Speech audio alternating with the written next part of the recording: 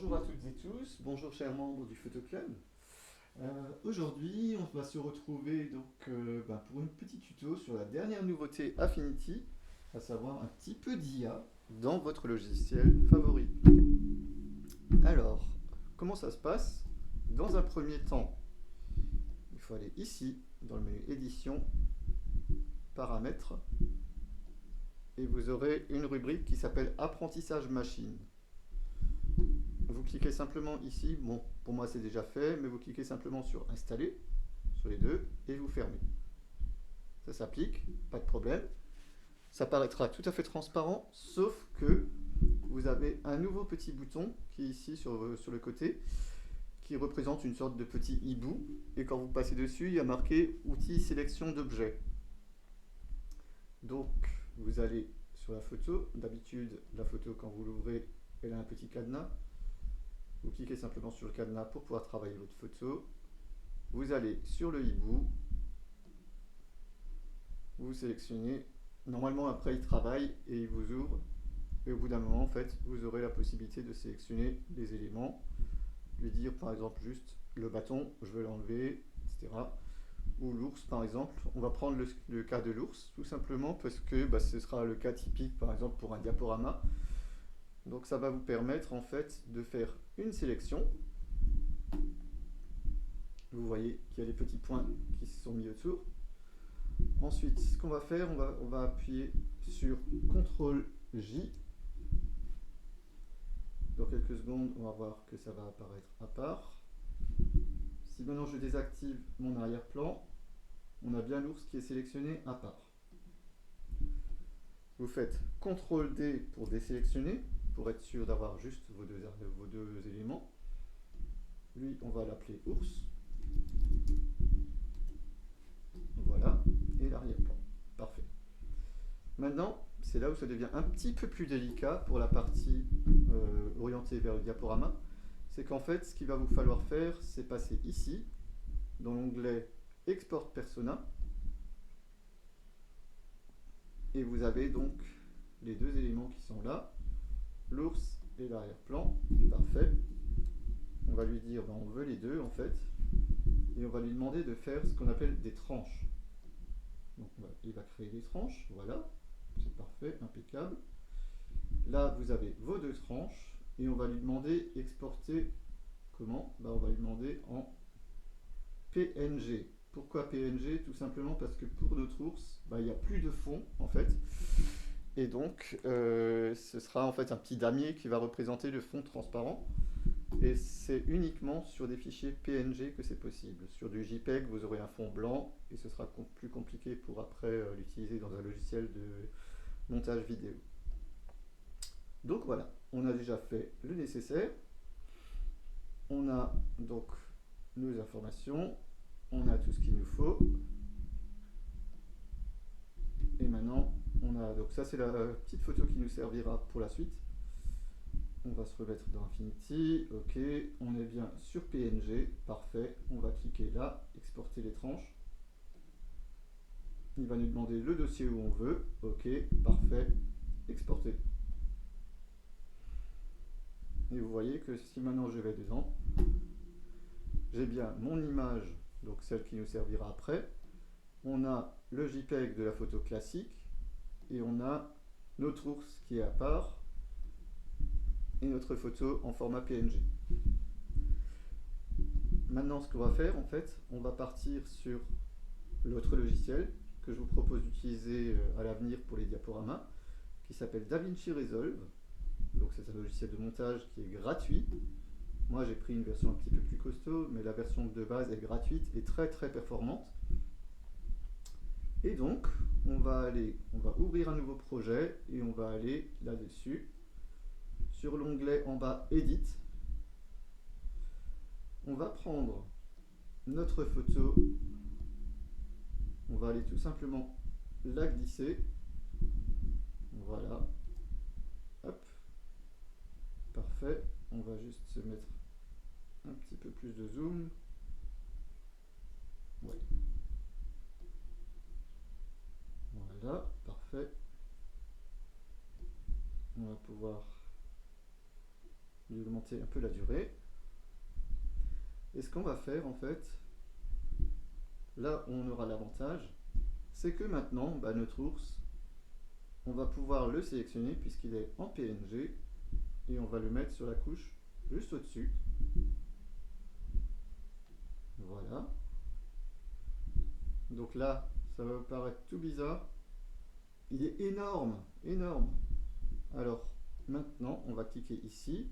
On va aller dans Transform. Et on va lui dire, en fait, cette taille-là ne me convient pas. Je voudrais juste qu'il soit devant. Et après, on va pouvoir jouer avec la position. Le X, XY pour... Donc le X pour la gauche-droite et le Y pour le haut et bas. Et par exemple, on va lui dire, tiens, au début, tu vas être là. On va te voir arriver. On va lui dire, ça c'est sa position de départ. Tu vas surveiller. Et notre ours, on va lui faire apparaître sur l'ensemble. Voilà.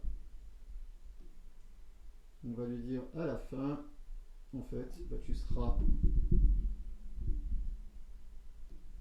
tout là-bas. Hop. Voilà. On peut même un petit peu régler pour qu'il parte. Voilà. Et du coup, si maintenant on revient, on rembobine et on relance, on a bien notre ours qui se promène. Il suffira simplement de créer encore un avant-plan un petit peu plus sympathique pour masquer le côté un peu mécanique. Mais voilà, ça peut déjà très bien marcher, il n'y a pas de problème. Et pour ce qui est des rotations, etc., on peut très bien faire tourner l'ours n'importe. Ou on aurait très bien pu sélectionner aussi cette photo-là, masquer, sélectionner juste l'arbre pour le faire disparaître derrière. D'ailleurs, on peut faire ça. On va faire. Donc là, on est bon. On va aller prendre notre photo. On va aller l'ouvrir dans Affinity. On va le glisser là dans la barre, comme ça il nous l'ouvre directement. On va se mettre sur Affinity Photo, voilà. On va reprendre, on va faire CTRL 0 pour avoir toute notre photo. On va reprendre notre hibou. On va lui dire, on va cliquer sur la photo, on va cliquer sur le petit cadenas. Voilà. Et maintenant, il sait, tiens, c'est cette partie-là que j'ai envie de masquer. Donc voilà, il a sélectionné, il est d'accord, parfait. CTRL J comme avant pour avoir uniquement cette partie-là. Et comme avant également, CTRL D pour désélectionner. On a bien notre arbre qui est à part. On va aller maintenant recréer de nouveau nos fameuses tranches. On va avoir alors nos deux tranches. Juste reprendre les calques. Donc là, les deux tranches. Voilà. On va dire parfait, il a compris, impeccable. On va lui dire de nouveau en PNG uniquement et exporter les tranches.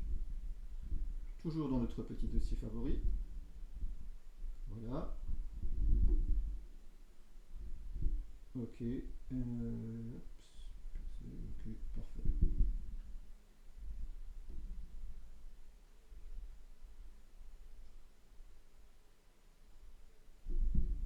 Très bien. Donc là, on voit qu'on a notre bout d'arbre, notre bout de forêt. Et il nous suffira simplement de reprendre notre morceau d'arbre et de le rajouter dans le montage. Donc, maintenant en fait, ce qu'on va faire, c'est que l'ours va disparaître derrière l'arbre. Donc il faut que l'arbre soit tout en haut dans la sélection. On va le prendre, on va le glisser dedans, on va aller là au-dessus. Hop, on va lui dire, ben, cet arbre-là, il doit être tout le temps. Voilà, parfait. Par contre, il a une taille un peu délicate, je crois, de mémoire. Donc on va voir ça. Oups, je vais juste voir au niveau de la taille où c'est qu'il en est. Voilà. Déjà, de toute façon, il faut le replacer, puisque là, il le sélectionne et le place en...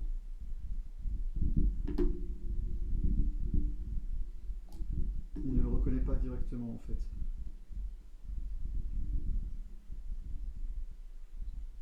Puisqu'on est dans votre logiciel. Et voilà. On est bon. Parfait. Impeccable. Et maintenant, on va lui dire, ben en fait, notre ours, il va commencer à marcher et il va disparaître derrière l'arbre. Il faut peut-être juste que je remonte un petit peu l'ours, mais à part ça, il va passer derrière l'arbre. Voilà. On a 2-3 petites corrections à faire, mais rien de grave. On va juste rembobiner un petit peu. Parfait. On va se mettre sur l'ours. On va remonter un peu.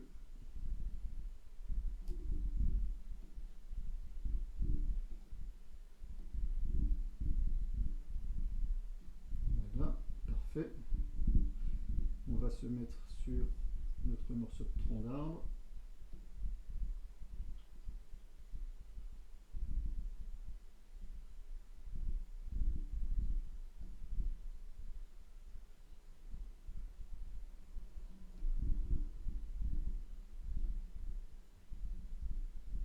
Et voilà. Si on rembobine maintenant, on a bien notre ours qui va venir, qui va marcher dans l'herbe et qui va disparaître derrière l'arbre, comme ce qu'on souhaitait, exactement. Et voilà. Je vous souhaite une bonne journée, une bonne soirée, tout dépend quand vous visionnerez cette vidéo, et je vous dis à la prochaine.